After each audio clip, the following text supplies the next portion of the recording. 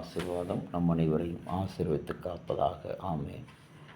இந்த மாதத்தினுடைய நிறைவு நாள் என்று இருக்கிற உங்களுக்கும் எனக்கும் கர்த்தருடைய எச்சரிப்பின் வார்த்தை, இஸ்ரவேல் மேல் கர்த்தருடைய கோபம் மூண்டது என்று சொல்கிறோம்.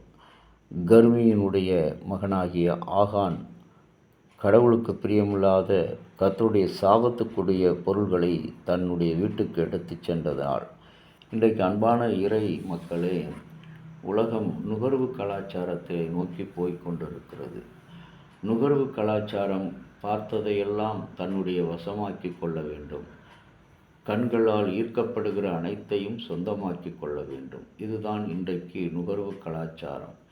தேவையின் அடிப்படையிலே நம்முடைய உற்பத்தியையும் தேவையின் அடிப்படையிலே நம்முடைய வாழ்வில் சந்திக்கக்கூடிய பொருள்களை விட்டுவிட்டு நாம் அளவுக்கு அதிகமாக அனாவசியமாக ஆன்லைன் பர்ச்சேஸ் என்று சொல்லி உலகத்தில் காண்பிக்கின்ற ஒவ்வொரு பொருள், அது நம்முடைய ஸ்கின் போடுகிற, முகத்துக்கு பூசுகின்ற ஒவ்வொரு காரியங்களிலும் இன்றைக்கு நாம் சீரழிக்கப்படுகிறோம், சின்னாபின்னப்படுகிறோம். கர்த்தருக்குரிய சாபத்தை நாம் வாங்கிக் கொள்கிறோம்.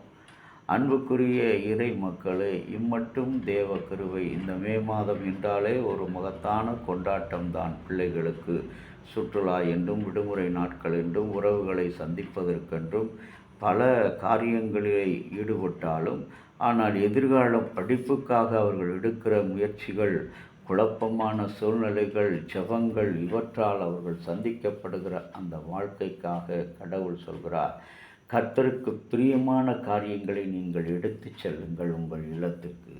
இன்றைக்கு கடவுளுக்கு நம்முடைய வீட்டில் எவையெல்லாம் இருக்க வேண்டுமோ அவைகளை விட்டுவிட்டு, இல்லாத வீட்டில் இருக்கக்கூடாத பொருள்களை நாம் பல அழகு சாதன பொருள்களில் கூட நமக்கு சாதாரண ஒரு பவுடர் போதும், சாதாரண ஒரு க்ரீம் போதும். ஆனால் நாம் வண்ண வண்ண பல க்ரீம்களை வாங்கி பூசுகிறோம். இதனால் கடவுளுடைய சாபத்துக்கு நாம் இயற்கையாக கடவுள் ஆணையும் பெண்ணையும் அழகாக படைத்திருக்கிறார், அற்புதமாக படைத்திருக்கிறார், இன்பமாய் படைத்திருக்கிறார், இனிமையாய். ஆனால் நாம் கர்த்தருக்கு சாபத்துக்குரிய காரியங்களை நம்முடைய இல்லத்திலே உள்ளத்திலே எடுத்து வைப்பதனால்தான் இன்றைக்கு நம்முடைய குடும்பங்கள் சீரழிக்கப்படுகிறது.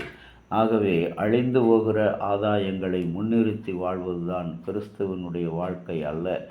கிறிஸ்தவ வாழ்வுக்கு, மானிட வாழ்வுக்கு எதிரான அந்த மூட நம்பிக்கை, அந்த ஆன்லைன் என்று சொல்லக்கூடிய அந்த மூட நம்பிக்கையை நாம் விட்டுவிட்டு கடவுளுடைய வார்த்தைகள், வாழ்வு தருகின்ற வார்த்தைகள், கடவுளுடைய செய்திகள் அழகு தரக்கூடியவைகள். ஆகவே தான் நம்முடைய பாதுகாப்பாக கடவுளுடைய வசனம் கால்களுக்கு தீபம், பாதைக்கு வெளிச்சம் என்று சொல்கிறார். உம்முடைய வசனம் என் உதடுகளில் தொனிக்கட்டும் என்று சொல்கிறார்.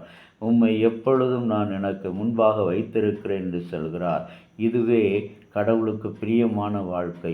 இவை எல்லாவற்றையும் விட்டுவிடும் பொழுது நாம் எடுத்துக்கொள்கிற, உலகத்தின் பார்வையில் எடுத்துக்கொள்கிற எல்லாமே, நம்முடைய ஆடை முதல் உணவு முறை, அழகு சாதன பொருள், நம்முடைய வாழ்க்கை தேவைகள் எல்லாமே கர்த்தருக்கு அருவருப்பானவைகள், சாபமானவைகள். அவைகளை எடுத்து செல்ல வேண்டாம். உதறி இல்லத்தோடு தண்டி விட்டு வருகிற புதிய மாதத்திலே புதிய பொலிவோடு நாம் கடந்து செல்வோம்.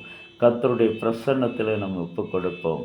கடவுளை நோக்கி ஜெபம் செய்வோம். இரக்கமுள்ள பரலோக பிதாவே, உம்முடைய அன்பாலும் இரக்கத்தினாலும் கிருபையாக நாங்கள் பெற்றுக்கொண்ட இந்த அருள் நிறைந்த வாழ்வுக்காக நன்றி. தொடர்ந்து உம்முடைய கிருபையின் பிரசன்னம் நாங்கள் உமக்கு பிரியமில்லாத காரியங்களில் ஈடுபடுத்தி கொள்ளாதபடி நடந்து கொள்ள துணை செய்தருளும். இறைமகன் இயேசுவின் நாமத்தில் வேண்டுகிறோம் நல்ல பிதாவே, ஆமேன். தந்தையாகிய கடவுளின் அன்பும் மைந்தராகிய இயேசுவினுடைய அருளும் பரிசுத்த ஆவியினுடைய நல்ல ஒரு பாதுகாப்பும் அனைவரோடு கூட இருப்பதாக. ஆமேன்.